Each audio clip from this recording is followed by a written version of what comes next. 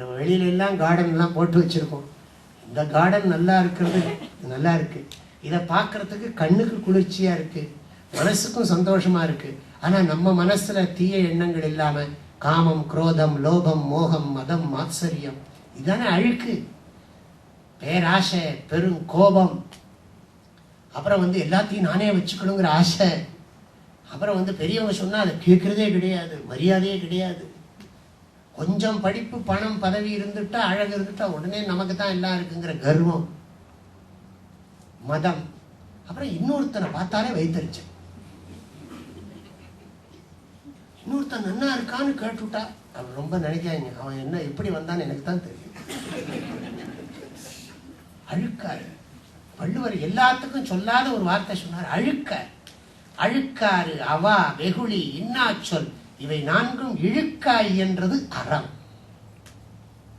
புண்ணியம்னா என்னதுன்னா, நம்ம பண்ற புண்ணியம் எல்லாம் எதுக்குன்னா மனசை கழுவி மனசை நல்லபடியா அதுல இறைவனை எழுந்தருளும்படி செய்து நிலை பெறுமாறு எண்ணுதியேல் நெஞ்சே நீவாரா நித்தனும் எம்பிரானுடைய கோவில் புக்கு புலர்வதற்கு முன்பு அலகிட்டு மெழுக்குமிட்டு பூமாலை புனைந்து ஏத்தி புகழ்ந்து பாடி தலையார கும்பிட்டு குத்துமாடி சங்கராஜய போற்றி போற்றி என்றும் அலைபுணர் செயல் செஞ்சடையும் ஆதி என்றும் ஆரூரா என்றென்றே அலரான் இல்லே. இந்த பாட்டெல்லாம் படிச்சாலே தெரிஞ்சு போயிடுவேன். ஆக மனசை சரி பண்றதுங்கிறது ஒரு விஷயம். மனசுக்கு நல்லதெல்லாம் சொல்லிக்கிட்டே இருக்கணும். ஒரு நாள் இல்லை, 2 நாள் இல்லை, எத்தனை பிறவி சொல்லணுமோ தெரியாது.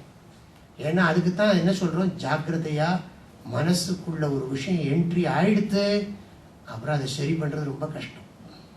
அதனாலதான் என்ன, உத்தரவின்றி உள்ளே நுழையக்கூடாது. No admission without permission. அதனாலதான் நம்ம டிவி பார்க்குற போதும் பேசுற போதும் ஒருத்தட்ட பேசிட்டு இருக்கிற போது எப்பவுமே ஜாக்கிரதை. என் மனசை பாதுகாக்க வேண்டிய பொறுப்பு என்கிட்ட தான் இருக்கு. எவ்வளவு தூரத்துக்கு நான் என் மனசை நல்லா வச்சுக்கிறேன்னா அவ்வளவு தூரத்துக்கு நான் ஆனந்தமா இருக்க போறேன். நான் நினைக்க எல்லாரும் கண்டபடிலாம் பேசிட்டு நான் எப்படி சாந்தியோட வாழ முடியும்? அதுக்கு மனம் அமைதியாக இருப்பதற்கு உழைத்தால் மனதிலே அமைதியை காணலாம்.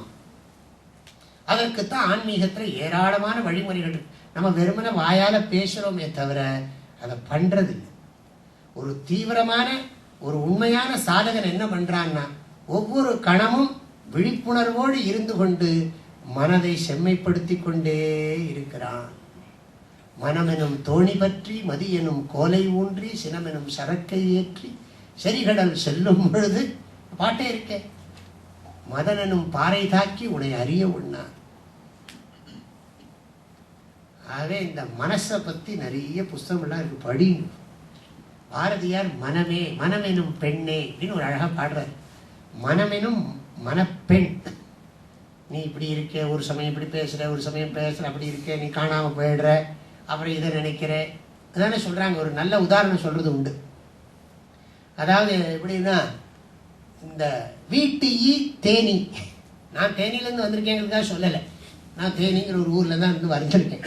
அந்த வீட்டு ஈட்டு ஈ என்ன பண்ணும், அது இந்த ஊரா பரவாயில்ல, நம்ம ஊர்ல என்ன பண்ணணும்னா பஸ் ஸ்டாண்ட்ல பப்ளிக் டாய்லெட் இருக்கும். அது பஸ் ஸ்டாண்டுன்னு சொல்லணும். பஸ் ஸ்டாண்டில் பப்ளிக் டாய்லெட்டுக்குள்ள ஈ இருக்கும். அதே பஸ் ஸ்டாண்ட்ல ஒரு ஸ்வீட் ஸ்டால்ல கொஞ்ச நேரம் கழிச்சு விசிட் பண்ணும்.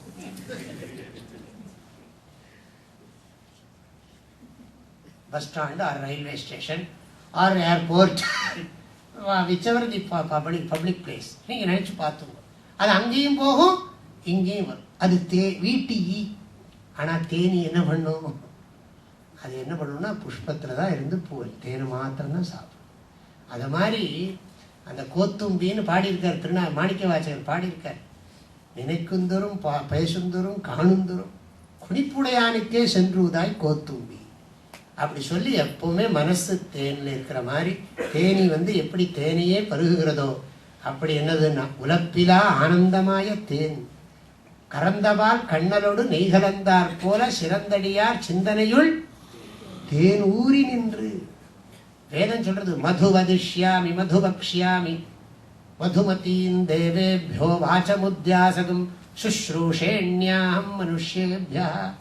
கேட்கிறவர்களுக்கெல்லாம் இனிமையா இருக்கட்டும்.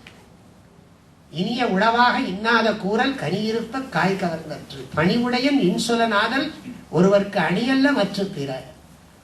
மனசை நல்லா வச்சுக்கணும். மனதே கல்லாலே நற்கன்றோ வந்து மௌன குரு ஆகி வந்து கை காட்டி எனதாம் பணி அற மாற்றி அவன் இன்னாருள் வெள்ளத்து இருத்தி வை தாண்டி. தாய்மானவர் சொல்ற, எனக்கு கல்லு மனசு, கல்லாத பேர்களே நல்லவர்கள் நல்லவர்கள், கற்றும் அறிவிலாத என் மதியை என் சொல்லுகிறேன், கர்மத்தை என் சொல்லுகிறேன், மனதே கல்லால் எனக்கு அன்றோம். ரெண்டு அர்த்தம் அதுக்கு. என் மனசு கல்லு, ஆனா கல்லால மரத்தின் அடியில் அந்த இறைவன் வந்தான், மௌன குரு ஆகி வந்து கை காட்டி எனது ஆம் பணியற மாற்றி என்னுடைய அகங்காரத்தை நாசம் பண்ணி அவன் இன்னருள் வெள்ளத்து இருத்தி வைத்தாண்டி. என்னுடைய இண்டிவிஜுவாலிட்டி, ஈகோ எல்லாத்துக்கும் மண்ணெண்ணெயை ஊற்றி நெருப்பு வச்சு கொளுத்தி, இப்படிலாம் சொல்லணும். பெட்ரோலை ஊற்றின்னு வேணா நீங்கள் வச்சுக்கோ, எதையோ வச்சு கொளுத்தி எல்லாம் பண்ணி இன்னருள் வெள்ளத்து இருத்தி வைத்தான். அப்போ மனசை சரி பண்ணுறதுக்கு என்ன, இதெல்லாம் புத்தியில தான் இருக்கு, ஞாபகம் வச்சுங்க. இதை பண்ணணும் பண்ணணும் பண்ணணும்னு சொன்னால் இத்தனை பாட்டு தெரியணும். இப்படியெல்லாம் வரும்போது உங்களுக்கு வாழ்க்கையில் நிறைய பிரச்சனைகள்லாம் வரும்போது ஒரு ஒரு திருக்குறளும் ஒரு ஒரு பாட்டும் உங்கள் மனசுக்குள்ளே இருந்ததுன்னா அப்படியே என்ன பண்ணுவீங்கன்னா, வெளியில் யாருக்கும் தெரியுமா என்ன? உங்களுக்குள்ள அறிவு வேலை செய்யறது யாரு கண்ணுக்கு தெரிய போகிறது? ஒருத்தருக்கும் தெரியாது. அறிவு இருந்ததுன்னு சொன்னால் அது மனசுக்கு சொல்லி சொல்லி சொல்லி உணர்த்தி உணர்த்தி உணர்த்தி அது சரிப்படுத்திடும். அந்த சக்தி பகவான் மனசுக்கு கொடுத்திருக்கிறார். இப்போ மனசுக்கு இது. இப்போ வாக்குக்கு என்னது? வாக்கு நலம்னா என்னன்னா, உங்களுக்கு நல்ல நல்ல சொற்கள் தெரியணும்னா அதுக்கும் படிச்சாங்க. எல்லாம் அறிவை சார்ந்து தான் இருக்கு, ஞாபகம் வச்சு. அறிவை சார்ந்து இருக்கு. எதை அறியணுமோ அதை அறியணும். சாகிற வரைக்கும் எதை படிக்கணுமோ அதை படிக்கணும். அந்த அறிவை வளர்க்கறதுக்கு மனம் இருக்கிற மாதிரி வாக்கு இது பாராயணம் பண்ணிகிட்டே இருக்கு. தேவாரத்தை படிக்கணும், திருவாச்சகத்தை இது மாத்திரம் படித்தா போறாது. திருக்குறளை மனப்பாடம் பண்ணணும், சாஸ்திரத்தையும் மனப்பாடம் பண்ணணும், ஸ்தோத்திரத்தையும் மனப்பாடம் பண்ணணும். ஸ்தோத்திரத்தை நிறைய மனப்பாடம் பண்ணிங்கன்னா உங்கள் இமோஷனல் ப்ராப்ளம்லாம் சால்வ் ஆகிடும். சாஸ்திரம் இன்டலெக்டுக்கு, ஸ்தோத்திரம் எல்லாம் மைண்டுக்கு. அதுதானே சொல்கிறாங்க, இறைவனை பார்த்து அதுதானே சொல்கிறாங்க. அன்றே என் உடலும் ஆவியும் உடைமை எல்லாமும் குன்றே அணையா என்னை ஆட்கொண்ட போதே கொண்டிலையோ இன்றோ எனக்கோ இடையூறு உண்டோ அப்படின்னு சொன்னா அதெல்லாம் இமோஷனை போய் தாக்குறதே. மாணிக்கவாசகர் கஷ்டம் வந்திருக்கு, ராஜா சுடு மணல்ல போட்டு வருத்தி எடுக்கிறான். அப்ப பாடுறாரு, அன்றே எந்த நாவியும் உடலும் உடைமை எல்லாமும் குன்றே அணையா என்னை ஆட்கொண்ட போதே கொண்டிலையோன். அந்த ஸ்தோத்திரம் பாராயணம் பண்ணி பண்ணி பழகி இருந்தா என்ன பண்ணணும்? நான் போய் மனசை தாக்குவது, தாக்கி என்ன பண்ணணும்? மனசுக்கு சாந்தியை கொடுக்கும். வெளியில் இருக்கிறவன் நம்மளை பைத்தியம் நினச்சிட்டு இருப்பான். அந்த பைத்தியம் அவன் பைத்தியம். நம்ம அதை பற்றி கவலைப்படக்கூடாது. நாம நிம்மதியா இருக்கணும் நம்ம நினைச்சு முயற்சி பண்ணினா அந்த உலகம் நம்மளை பைத்தியம் தான் சொல்லும். அப்படி பைத்தியம்னு நம்மளை சொல்ற உலகம் இருந்துட்டு போட்டு, அவனா எனக்கு நாளைக்கு சோறு போட போறான், எனக்கு நிம்மதி இன்னொருத்தனா கொடுக்க போறான். யாரும் எனக்கு சாந்தியை கொடுக்க முடியாது, யாரும் எனக்கு நிம்மதியை கொடுக்க முடியாது. நான் தான் என் நிம்மதிக்கு உழைச்சாகணும். சாதம் யார் வாயில விட்டாலும் நான் தான் முழுங்கி ஆகணும்.